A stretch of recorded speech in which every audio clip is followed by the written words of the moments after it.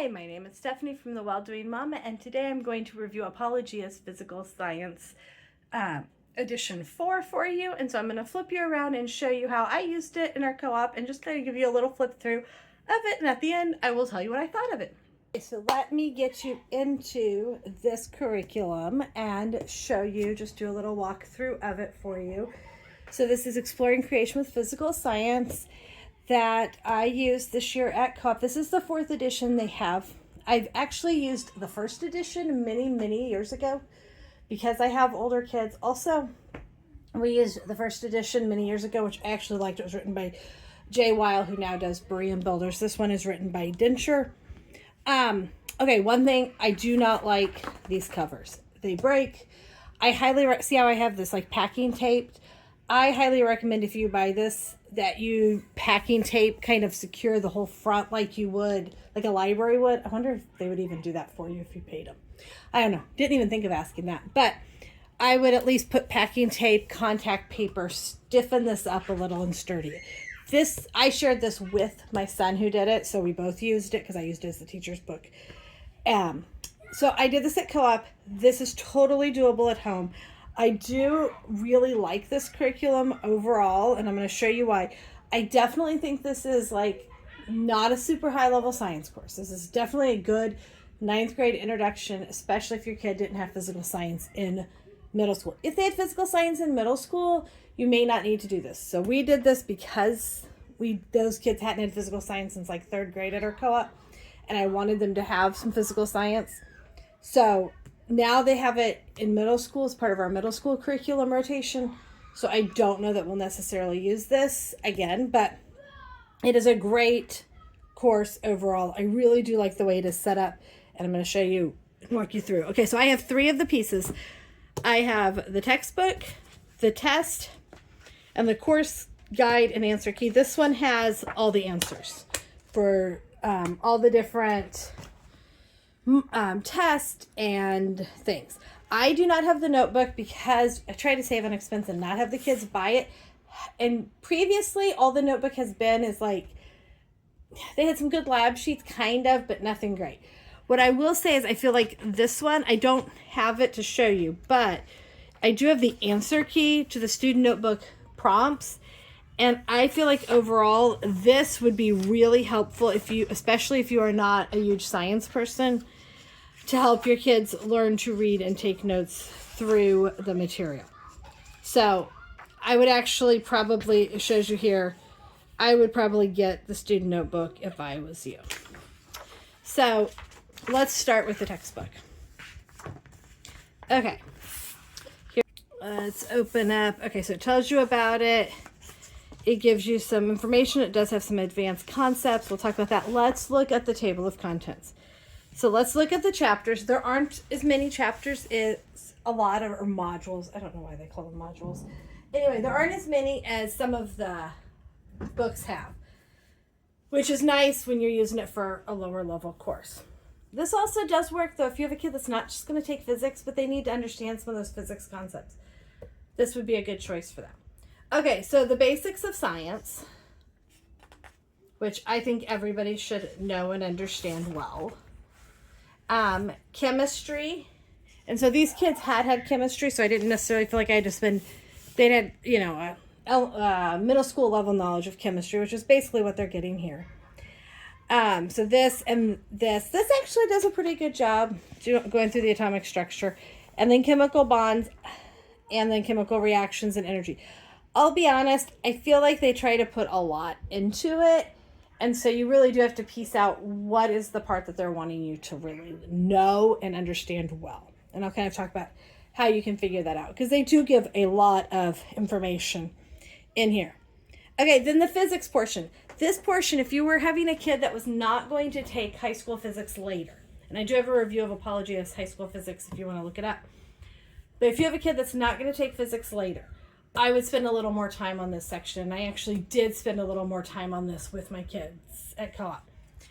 Some of them will take physics later, but having this as a basis definitely helps. So we have motion, forces, energy, waves and sound, light, electricity, and magnetism. So lots and lots of really good concepts there to learn. Then we have a little bit of earth science, which they had, so I didn't worry about doing as much with that.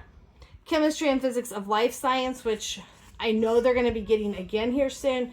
So again, we only touched on that, and we actually did not do the physical science research portion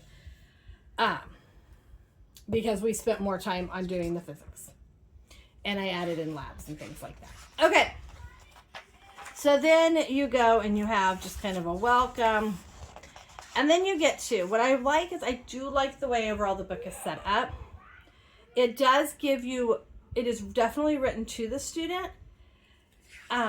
What I would suggest for your students, if you're trying to teach them to take notes, is to read a section, write a note or two. Read the next paragraph, write a note or two. Now, notice here it says, these are the main ideas. So those are the things they need to be looking at. Do I know this? Have I learned this? But read a section and write down what you've learned. Don't try to like read one line and take notes. Read a section and write down notes. Because it's written to you, it's not going to be outlined that way. Although the student journal does have, or notebook I think they call it, does have good outlining in it. It does have some good charts, so I always like charts. These are the on your own questions. So these are the questions that you answer as you're reading through the book. So you read through till you get to this section. You have taken your notes, and then you answer these questions. And then you will hear my children, they are here. This has a little bit it just kind of talks about, now talks a little bit. Here's where you get to your experiments. Some of them are good, and some of them are more observations than more demonstrations than experiments. It does have a purpose, but it never has you make a hypothesis, and that maybe some of the later ones do, but I like when they're written out as full experiments. Okay, again, you get to the on your own. Now, they have these advanced concept sections in here. I definitely think everybody should read them. Whether you choose to make your kids test over them will depend on the level of your student.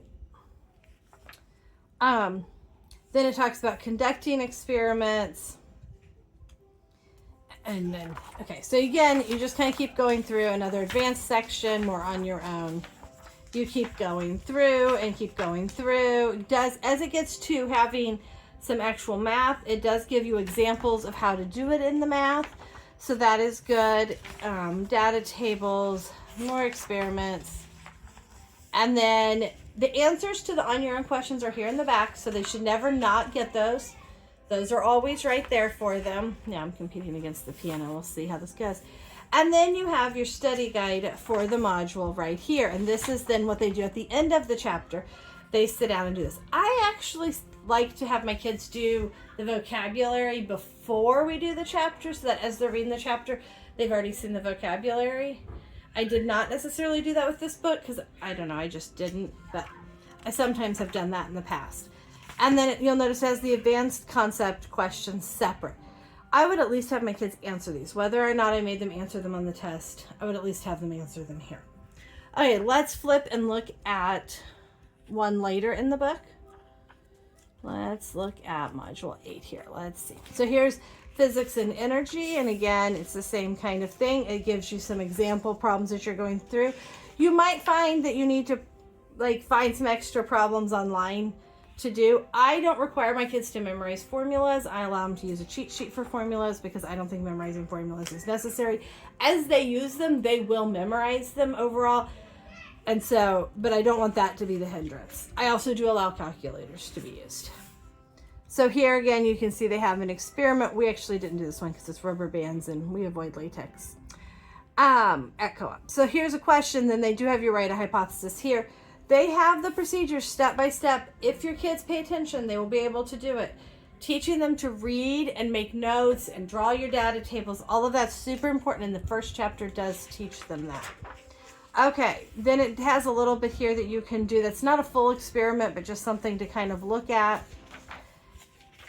And it talks about Albert Einstein. We're kind of in the same thing. Here's advanced concept that has more formulas than the regular ones do. Again, it's good for the kids to be exposed, whether you make them do it as for test over it, but at least the exposure to it, I think, is good for all the kids. Talks about all the different simple machines. Gives you your formulas, your answers to your on your own questions. and the study guide with that at the end. Okay, so that's basically how the book is set up. Then you get to the 15th module, and it is the research module. And we, like I said, we did not actually do this. I did have some kids do some research earlier. So I'm going to pause. I got to go make lunch, finish lunch. Okay, so back, and this just, so it takes you through how to do a research project, how to find sources, perform your research, organize it, and actually go through and do your research. Okay, so that's a good thing. We did a little bit in the first chapter, but we did not focus on that in the last chapter. There is a lot to get through, and you will have to work in an efficient manner. One thing that this book would be really great for is helping kids learn to do high school level work. High school level work is definitely a step up. So that would be a good starting point for them. Okay, then they do have tests. And I don't really want to show the test, but I'm going to show just one, I guess, in the middle. Oh, sorry. One in the middle of the book. So you can see they have some vocabulary. Then they have some matching. And then some advanced concept. Okay, so I don't want to show more than, I only want to show a little bit just to give you an idea. Don't want anybody to be able to cheat from that.